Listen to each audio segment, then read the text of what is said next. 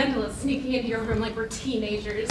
I don't know what your teen years were like, but I would have never been this inappropriate. Oh, get off your high horse. You're just jealous. I had more fun than you did in high school. Absolutely. But you do get the last laugh, getting me into your bed for good. Luckiest I've ever been. Ah, this feels too weird. It does.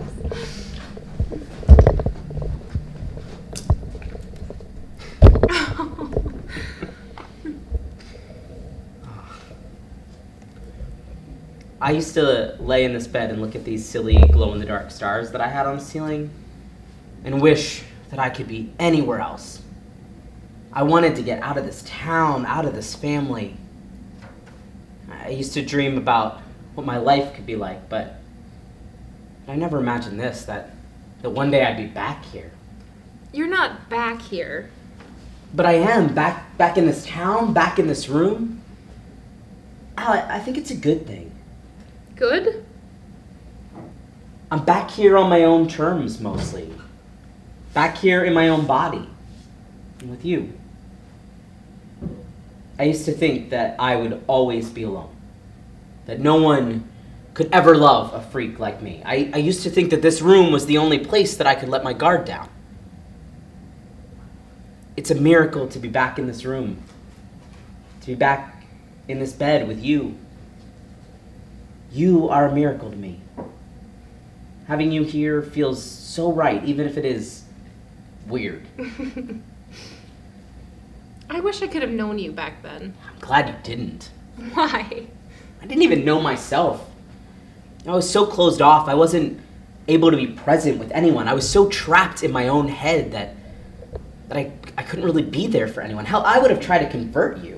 I wouldn't have let you. And I would have cut off contact. God, I was a mess. How you got from there to here is the real miracle. Alison, thank you for being here. Where else would I be? Home? Away from the awkwardness in my crazy family? Jay, you're my home. You're my family. I go where you go. If you're in the shit, then I'm there with you. That means more than you know. It's good for me to be here. Why is that? To see all of this. To meet your family. I mean, I've heard your stories, but it's different to experience it. I feel like I'm seeing this whole new side of you. This is not a side I particularly wanted you to see. But it's you. I want to know all of you, even these parts you're uncomfortable with. I thought I had left all of these parts behind. But I walked through that door and they all come back like I had never even left.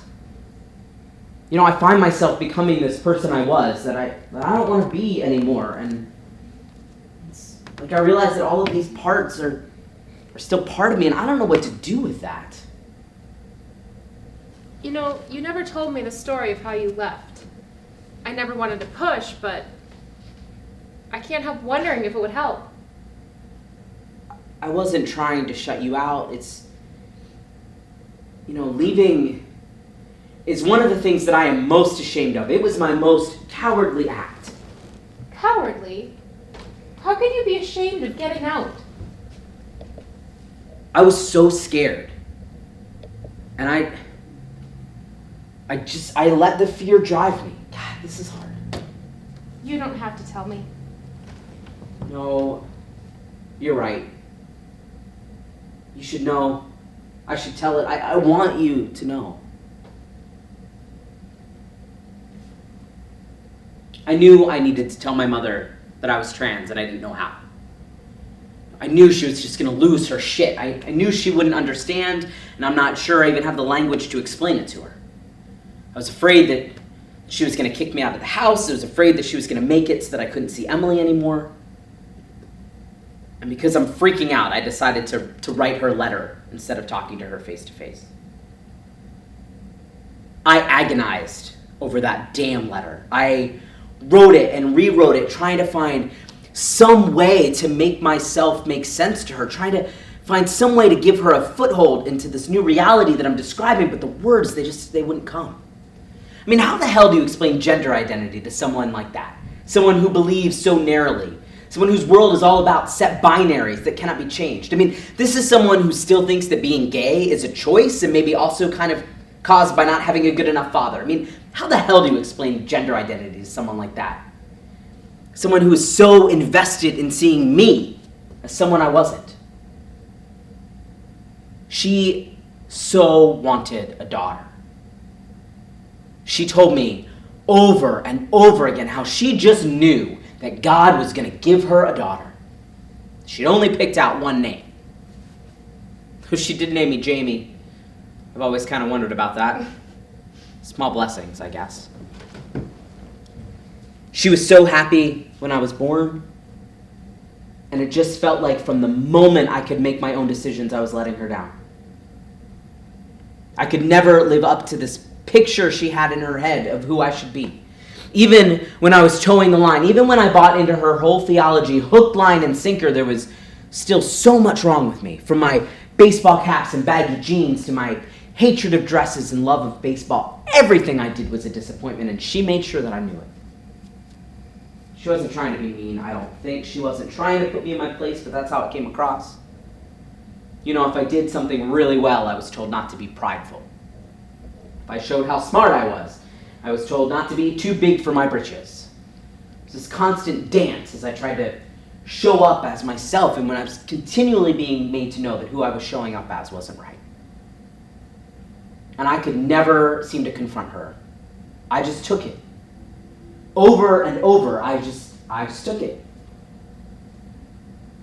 So I wrote her the letter. The coward's way out, I know. I slipped the note onto her nightstand, and I ran out the door to work. I knew that there would be hell to pay when I got home, but it was the only way that I could find the courage to come out. It was the only way that I could find to reveal just a tiny bit of my truth. I got home from work, and the look on her face said it all, this mixture of grief and fury and pain. I felt my entire body flush with panic. I felt sick to my stomach. I wanted to run away and never come back. I didn't want to deal with it. But I stayed and we talked. Well, she talked mostly. I just tried to hold back the tears. She told me it was a mistake, that I was confused, she asked me to talk to her pastor. She begged me not to do it. She begged me not to mutilate my body. That's the word that she used, mutilate. I had to tell her that I had already started to transition, months before, actually. There was no turning back now. She cried. She quoted scripture at me. The worst moment, there's this verse in Matthew where Jesus is talking to some religious leaders about not causing children to sin, and he says, "Better that you should have a millstone tied around your neck and be thrown into the river than that you should cause one of these little ones to stumble." My mother said that to me about Emily. Even now, I can't quite believe it. I will never forget the look on her face. I mean, that verse, did she understand what she was saying? My own mother basically told me that I would be better off dead than to be around my sister. You know, she cried. And I sat there stone-faced, feeling like the biggest asshole on the planet, but I knew that if I showed even the tiniest bit of emotion, that she would use that crack to hammer theology into me until I broke. And so I remained a wall, unmoving, as my mother cried over me. But inside, God, inside I was destroyed. As soon as she finished talking, I was out of that room and back into this one, the only place where I felt like I could breathe. You know, this was my sanctuary. I didn't sleep that night. I just cried and I looked at those stars and I wished that I could be safe in my own skin. The next morning I packed up my stuff and left. I didn't tell her where I was going. I didn't know. I couch hopped until I could get myself settled. I never sent a forwarding address. I came back one time when I knew she was on vacation and I packed up the rest of my stuff. It was maybe a little cruel to leave an empty room like that, but I didn't know how else to do it. I left the stars on the ceiling. I hoped that maybe Emily would see them and they'd bring her comfort like they did me. I've never known how to make it work with my mother. And now here I am, I'm back here, and I feel like that same scared kid who left all of those years ago, and I hate it, Alison. I hate that person, and I hate that feeling, and I thought I had left him behind. When you tell me this story, you keep saying you're a coward, saying you're afraid and weak. But when I hear it, all I hear is strength. Can't you see that? Nothing I've done has been strong. It's only been survival. Surviving is strong. Surviving is inevitable. No, it's not, and you know it. You fought to get here. You could have given up. You could have not transitioned. You could have... Jamie, surviving isn't inevitable. But the letter, the leaving. What about them? You did the best with what you had. There's no shame in writing a letter. There's no shame in leaving a place that can't love you. It's not like I had a choice. It was either figure out how to get out or die. That sounds dramatic, but it's true. You just can't see it. What? How brave and strong and incredible you are. I am not any of those things. You are. I look at you sometimes and I am just in awe at what you've gone through. And I didn't even know all of it. You have every right to be bitter and mean, yet you're not. You're still soft and open. I don't know how you do it. You're gonna make me blush. Good. Take the compliment.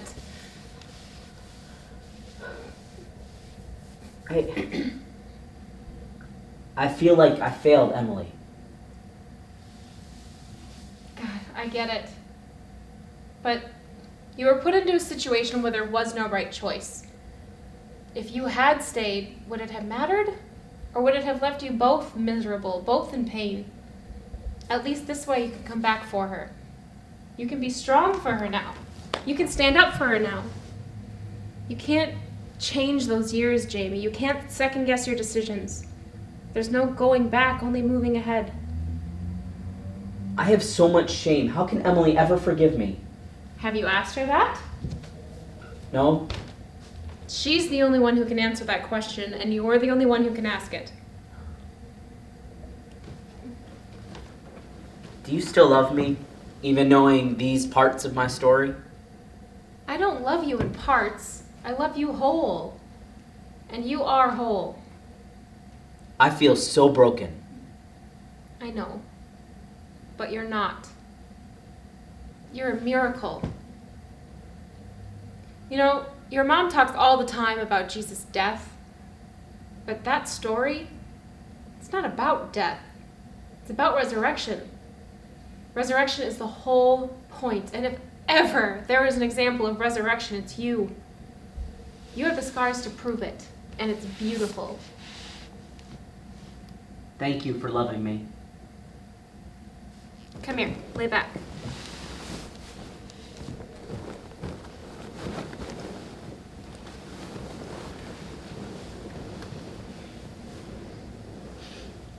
Hey, look.